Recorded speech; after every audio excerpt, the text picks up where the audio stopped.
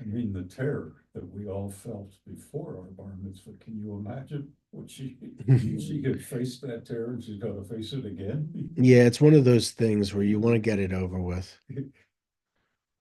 Okay, so we are going to be in Second Samuel chapter 4. Let me I opened it right too. There you So go. weird. Happens all the time. It just works out. Okay, we'll start with our blessing for the study of Torah. Baruch atah Adonai Eloheinu melech haolam asher kitshanu b'mitzvotav v'tzivanu la'asok b'divrei Torah. If you say amen, you get full credit. Terrific. Okay, so we are here even without a camera. And we're gonna study here. Okay, so when Ishbosheth, we know the disgraced man, right?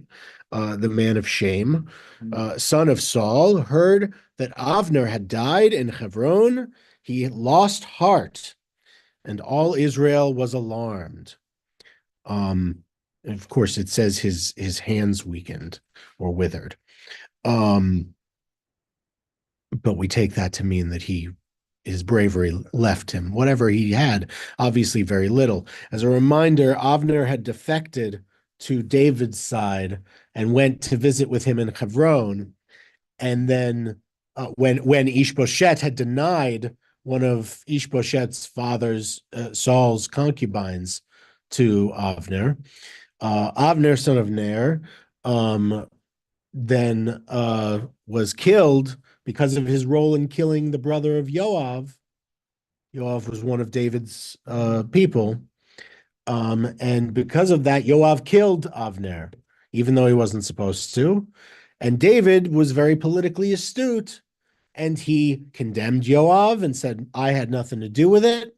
It had nothing to do with me. And he even led the funeral procession for Avner, to show his, it was a very astute political move. One second. Okay,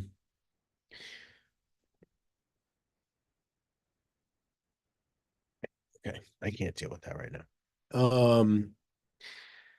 Okay, so that's where we are. And now Ishbosheth is caught up and knows that Avner is gone. So the son of Saul, Ishbosheth, had two company commanders, one named Ba'anah and the other named Rechav, sons of Rimmon the Beerothite, Benjaminites, since Beeroth was two, was considered part of Benjamin. The Beerotim, the Beerotim had fled to Gitaim, where they have sojourned to this day. So that's trying to give you one of those contemporary reference points. Although not that relevant to us, to our contemporariness. Jonathan, son of Saul, this is an interesting note, and my translation puts the entire thing in parentheses so that you know that this is like an aside. So Jonathan, son of Saul, had a son whose feet were crippled. He was 5 years old when the news about Saul and Jonathan came from Jezreel, and his nurse picked him up and fled. But as she was fleeing in haste, he fell and was lamed. His name was Mephibosheth. Rechav and Ba'anah, sons of Rimmon the Beerothite, started out, and they reached the home of Ishbosheth at the heat of the day when he was taking his midday rest. Must be nice in this time period to be able to take a midday rest. So they went inside the house as though fetching wheat and struck him in the belly. Rechav and his brother Ba'anah slipped by and entered the house while he was asleep on his bed, in his bedchamber, and they stabbed him to death. They cut off his head, and they took his head and made their way all night through the Arava. So again, they're not doing that necessarily to be harsh. I guess it's for identification. But so there was we were in this period of political turmoil, and now this has been solved for us. They brought the head of Ishbosheth to David in Hebron. Hine, right? Here, they said to the king, is the head of your enemy, Ishbosheth, son of Saul, who sought your life. This day God has avenged my lord the king upon Saul and his offspring. So, long live the king, right? They're just like, okay, we did this for you. But David, and what's David gonna do? Have you seen what would Caesar have done? What would some of the best politicians, what would Napoleon have done? What would some of the best political kings have done in this situation? Caesar actually literally dealt with this situation with Pompey, if you remember. Yeah, they've been enthused about it. He was not. Famously, Caesar, when delivered, David won't be, and neither was Caesar. Caesar, when delivered the head of Pompey, had the people who brought him crucified, who killed him because you killed a king. Can't do that. You got to have more respect. In this case, I'm assuming it's going to be similar, right? It's going to be David has an opportunity here to lift politically himself up, and again, because he's a king. It's not like a democratic system where everything is done on behalf of the people. Everything is about him in a way. When this politicking is all done within him, the state is held within the person of the king. That's just a very monarchical way of thinking about the state. And that's how David thinks about the state. And he has an opportunity here to, you're right, he could thank them. He could thank them. Let's see what he does. But David answered Rechav and his brother Baanah, the sons of Rimmon the Beerotite, and said to them, as God lives, who has rescued me from every trouble, the one who told me in Ziklag that Saul was dead thought he was bringing good news, but instead of rewarding him for the news, I seized and killed him. How much more then when wicked men have killed an innocent man in bed in his own house? I will certainly avenge his blood on you, and I will rid the earth of you. David gave orders to the young men who killed them.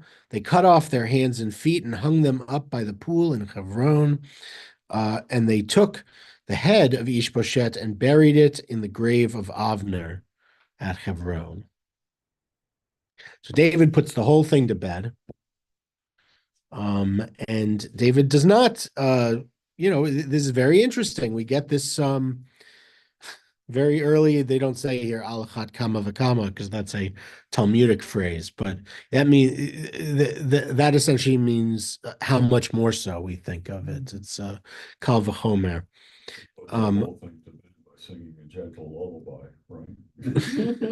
He shall not kill royal people. Well, he puts in this case, he's even like he's just trying to say, because from David's perspective, from the state's perspective, Ishbosheth isn't anybody. He's not a king. He was never the king. From David's anointed perspective, Saul was the king, and then David was the king. So he's like, it's a fiction, right?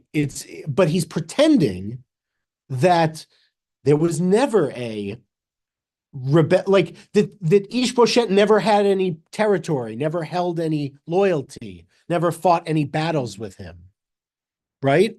He's pretending this was just a guy living in a house and therefore was not guilty of any crime, right? Because if there were lawyers, they could have made the argument for these two guys, say not defending the murdering of the guy, but at least saying, it's not that this guy was totally innocent. He was a traitor to the state. is another way of thinking about it, because he was in open rebellion against the anointed king who was David. So he could have gone that way, but he didn't. And instead he did a very, what I can't call it, again, I can't call it Caesarean, because one sec, I'm sorry.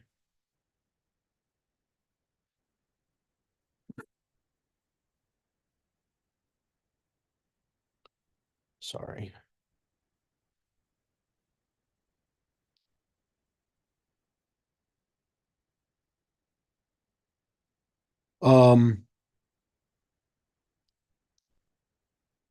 Trying to get Stephanie's trying to get in, but I can't, I don't see her on here. Anyway, I'll keep hoping that she pops up.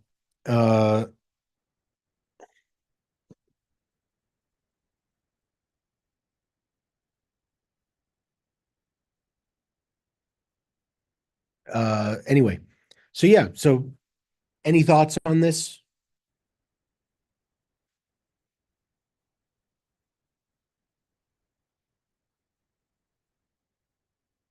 Well, the other thing is he doesn't want a lot of